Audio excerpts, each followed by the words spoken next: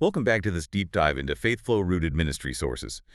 Today our mission is to dig into a really personal question that I think, well, pretty much everyone faces. Oh, absolutely. Everyone would. Right, like how do you actually know what God is calling you to do? Yeah. I mean, whether you are leading a team or raising a family or, managing a project at work, making that right choice can just bring up so much tension. Yeah, it really does. It feels like this giant guessing game where you are trying to figure it all out totally alone. Right. And I think what is actually going on beneath the surface there is that we treat faith like this massive puzzle we have to solve right this second. Mm-hmm. We think if we are unsure about our next step, it means we lack faith. But really, it is just a disconnect. We want all the answers instantly because, well, we want control. It is kind of like, imagine sitting in your driveway with the car in park, and you refuse to put it in drive until your GPS loads the entire 500-mile route. Right, with every single pit stop and speed trap mapped out. Exactly. We demand the full map, but, usually God just gives us the turn-by-turn directions, just that next step. That is such a good analogy, because when we do not get that full map, we panic. We end up letting urgency mask itself as obedience. Wow, yeah. Urgency masquerading as obedience. Why does rushing feel so much like doing the right thing, though? Because urgency produces adrenaline, and adrenaline mimics momentum. When we are rushing to force a choice, we feel productive. But Proverbs 3, verses 5 and 6, it actually warns about this. Oh, about leaning on our own understanding. Exactly. Demanding the whole map so we can mitigate all the risk before we commit. Well, that is exactly what leaning on our own understanding looks like. That makes a lot of sense. But let me push back a little on how this plays out in real life for you and me. People always say, just follow the peace. Right.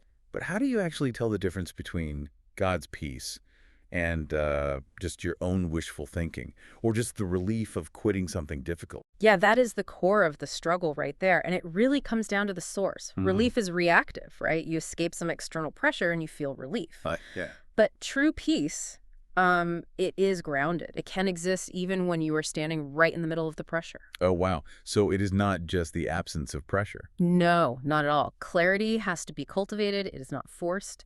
So before you make a move, you really have to notice your motives. Like, are you running away from discomfort or are you actually running toward a calling? So if it is pressure, you pause. Hmm. If it is peace, you move. And there is actually a great practical habit for this in one of the sources we were looking at today, a short book called Decisions with Clarity. Oh, yeah, that is a fantastic resource. It suggests doing this mandatory 24-hour pause before you make any non-emergency decision, just giving yourself time to let the adrenaline fade so you can actually listen. Which completely shifts the dynamic, because it lowers the volume of all those external expectations. And this is exactly where faith flow fits in so naturally. Well, so much of the pressure we feel to make the right choice comes from looking at the person next to us and thinking we have to be driving their route. Right. Assuming our calling has to look exactly like theirs, or we are doing it wrong.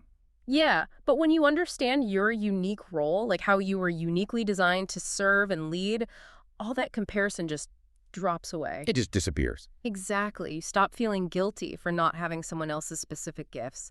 And once that guilt fades, it becomes significantly easier to recognize God's voice for your own life. It just narrows your focus to your own lane, which is so helpful. But, eventually you still have to take your foot off the brake.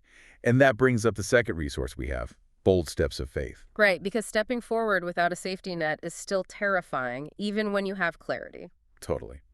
But this book addresses the reality of stepping forward anyway. Yeah, because taking that step does not require a flawless plan. It just requires a faithful heart.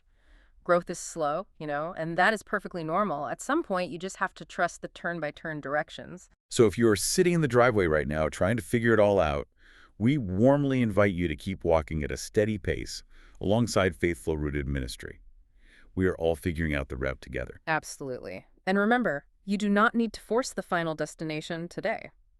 But before we wrap up this deep dive, consider this one final thought. What if the frustrating delay you are terrified of right now is not a closed door at all? What if it's just divine timing, preparing you for exactly what is next?